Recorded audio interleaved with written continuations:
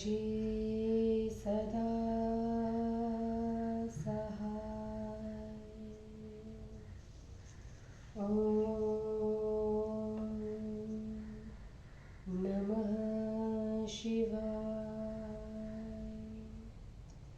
गुरुजी सदा सहाय। जय गुरुजी। अथ श्री वामन पुराणं पञ्चचत्वारिंशोऽध्याय। सनत्कुमार उवाच। अथोवाच महादेवो देवान् ब्रह्मपूर्वकमान् ऋषीणां चैव प्रत्यक्षं तीर्थमाहात्म्यमुत्तमम् एतत् सान्निहितं प्रोक्तं सरपुण्यतं महत् मयोपसेवितं यस्मात् तस्मान्मुक्तिप्रदायकम् इह ये पुरुषा केचिद् ब्राह्मणा क्षत्रिया विशः लिङ्गस्य दर्शनादेव पश्यन्ति परमं पदम् अहन्यानि तीर्थानि आसमुद्रासरांसि च स्थाणुतीर्थं समेष्यन्ति मध्यं प्राप्ते दिवाकरे स्तोत्रेणानेन च नरो यो मां स्तोषति भक्तितः तस्याहं सुलभो नित्यं भविष्यामि न संशयः इत्युक्त्वा भगवान् रुद्रो हान्नतधार्नं गतः प्रभु देवाश्वऋषयः सर्वे स्वानि स्थानानि भेजिरे ततो निरन्तरं स्वर्गमानुषैर्मिश्रितं कृतं स्थाणुलिङ्गस्य माहात्म्यं दर्शनात् स्वर्गमाप्नुयात् ततो देवा सर्व एव ब्रह्माणं शरणं ययुः तानुवाच तदा ब्रह्मा किमर्थमिह चागता ततो देवा सर्व एव इदं वचनमब्रुवन् मानुषेभ्यो भयं तीव्रं रक्षास्माकं पितामह तानुवाच तदा ब्रह्मा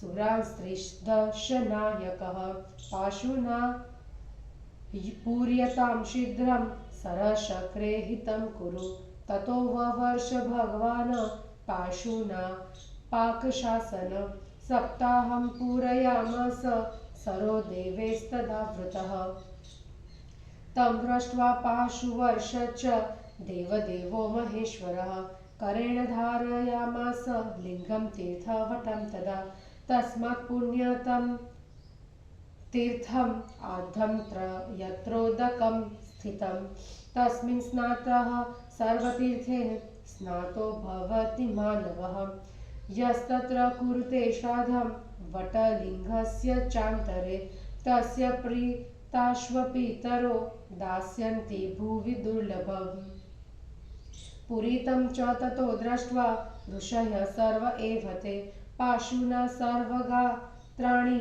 स्पृशन्ति श्रद्धया युताः तेऽपि निर्भूतपापास्ते पाशुना मुनयो गताः पूज्यमाना सुरगणैः प्रयात ब्रह्मण पदम् ये तु सिद्धा महात्मानः अस्ते लिङ्गं पूजयन्ति च व्रजन्ति परमां सिद्धिं पुनरावृत्तिदुर्लभा एवं ज्ञात्वा तदा ब्रह्मा लिङ्गं शैलमयं तदा आधलिङ्गं तदा स्थाप्य तस्योपरि दधार ततः कालेन महता तेजसा तस्य रञ्जितं तस्यापि स्पर्शनात् सिद्धः परं पदमवाप्नुयात् ततो देवे पुनर्ब्रह्मा विज्ञप्तो द्विजसत्तम इते यान्ति परां सिद्धिं लिङ्गस्य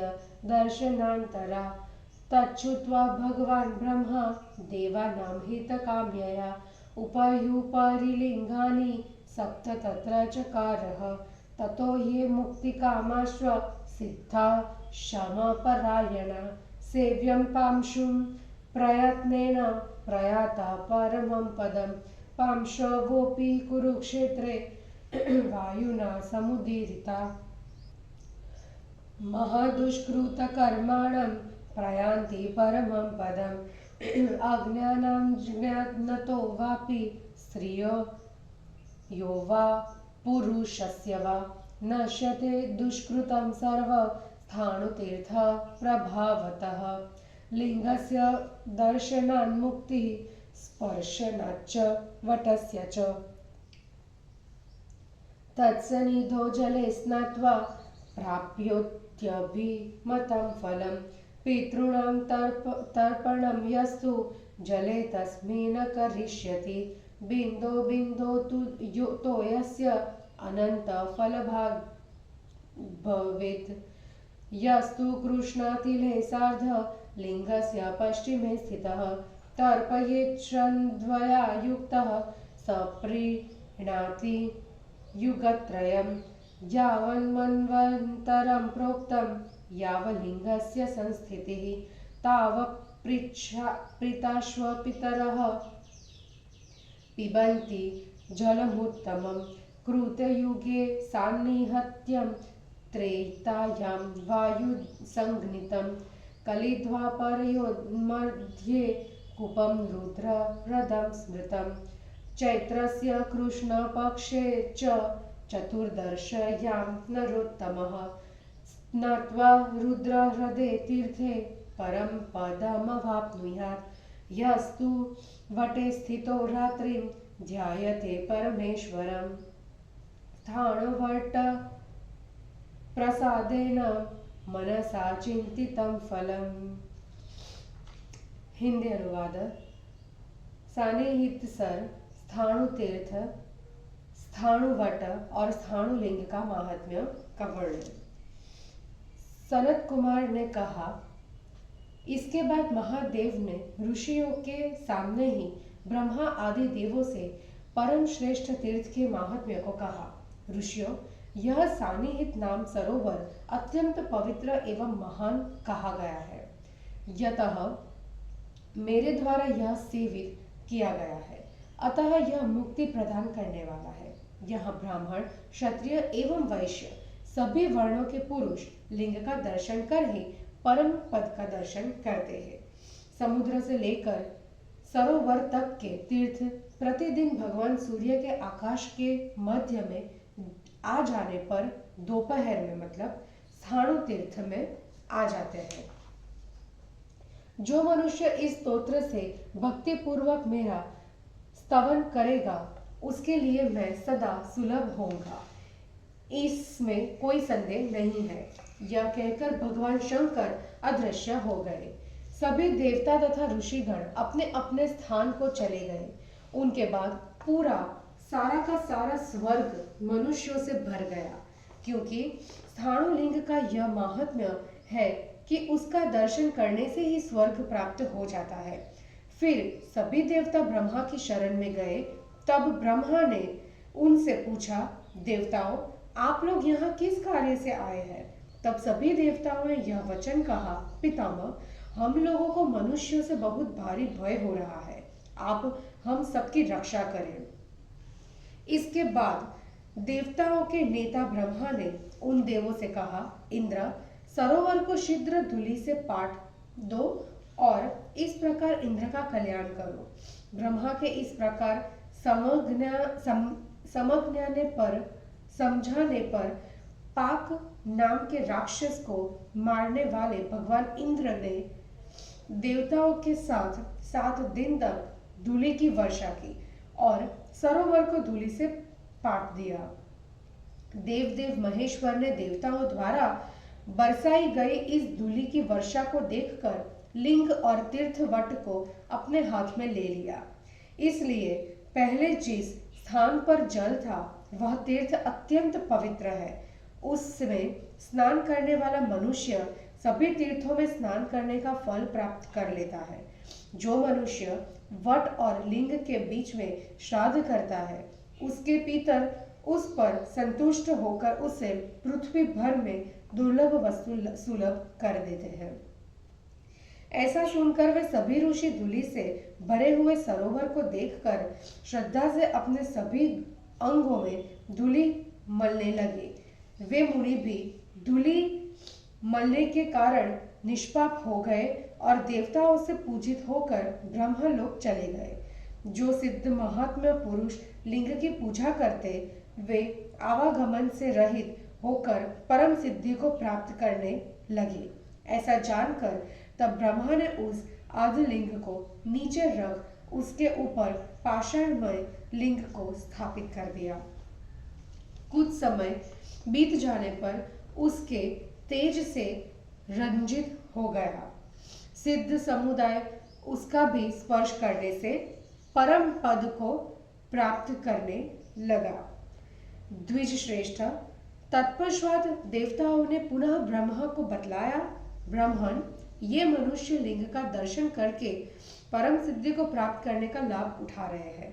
देवताओं से यह सुनकर भगवान ब्रह्मा ने देवताओं के मंगल की इच्छा से एक के ऊपर एक इस प्रकार 7 लिंगों को स्थापित कर दिया।